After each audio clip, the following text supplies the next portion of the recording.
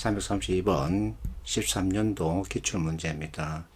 너무나 쉽죠. 그래서 별도 설명이 필요 없습니다.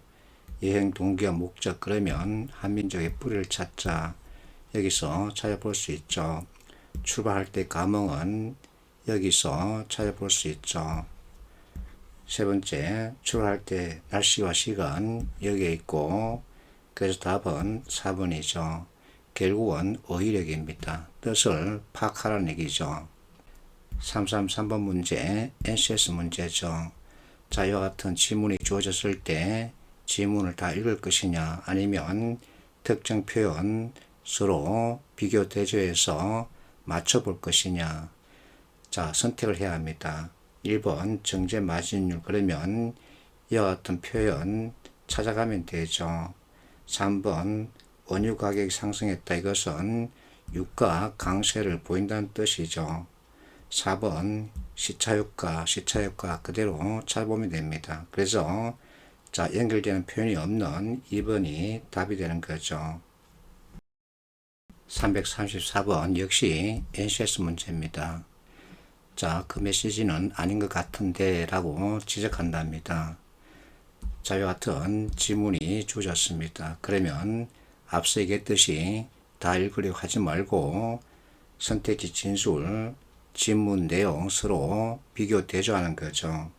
1번 3살 버릇 8까지 간다. 이것은 규칙적 학습과 연결할 수 있죠.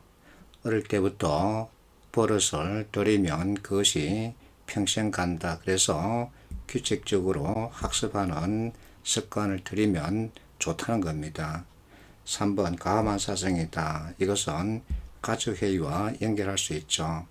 4번 약속 실천이 중요하다. 이것은 첫 문장 실천이라는 단어와 연결할 수 있습니다. 그러면 답은 2번이죠. 아이들 자유를 보장하면 알아서 성장한다. 맞습니다. 그러나 이 내용이 지문에는 없죠. 335번 부합 여부를 묻고 있습니다. 지문을 보면 자, 미국 어머니들 반면에 일본 어머니들, 그러면 미국과 일본 서로 비교 대조해 놓은 글이죠. 자, 미국 어머니들은 사물에 초점 맞추고 사물의 속성을 아이들에게 가르친답니다. 그리고 독립적인 행동을 하라고 교육한다 그러죠. 반면에 일본 어머니들은 감정에 신경을 써서 가르친답니다. 그리고 꼬리 보면 일본에서는 아이들에게 듣는 사람 입장을 강조한다 그러죠. 그렇다면 이 내용 가지고 선택지 진술을 비교하는 거죠. 1번 미국의 어머니 듣는 사람 입장, 그러면 일본이죠. 그래서 틀렸습니다. 2번 사물의 속성, 이것은 미국 어머니들이죠. 3번 자, 감정, 이것은 일본 어머니들입니다. 그래서 답은 4번이죠. 이렇게 서로 비교 대조하는 게 가장 빠른 답 찾기 길입니다. 336번 일치 문제 유형이죠. 자, 이와 같이 지문을 체크합니다. 첫 문장 한글 체계 개선, 노력, 이와 같은 내용이 들어있습니다. 그러면 어떤 일이 있었다라고 생각해 볼 수 있죠. 두 번째 문단 앞으로 우리가 해야 할 일, 그러면 행동 방향에 대한 얘기입니다. 그래서 이것 위주로 체크하면 되죠. 자, 한글의 가장 큰 장점은 무엇일까? 세로 쓰기, 가로 쓰기 둘 다 할 수 있다는 거죠. 그래서 이 글은 한글의 장점을 잘 살려나가자, 그 얘기입니다. 1번 개선 여지가 없다 그러면 안 되죠. 단점도 있다고 얘기했습니다. 가로쓰기를 해야 가치를 높일 수 있다. 아니죠. 한글 장점 가로쓰기, 세로쓰기 둘 다 있다. 그래서 틀린 진술이죠. 3번이 답이죠. 4번 서로 동일하다 그러면 안 됩니다. 차이점이 있다고 얘기했죠.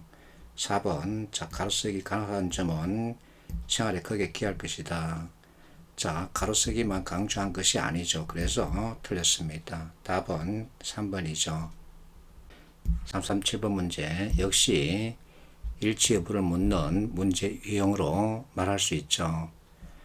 자, 편의점에 대해서 얘기하고 싶어 합니다. 꼬리에 일상이란 표현이 있습니다. 체크하고 두 번째 문단 자, 이와 같은 얘기하고 있습니다.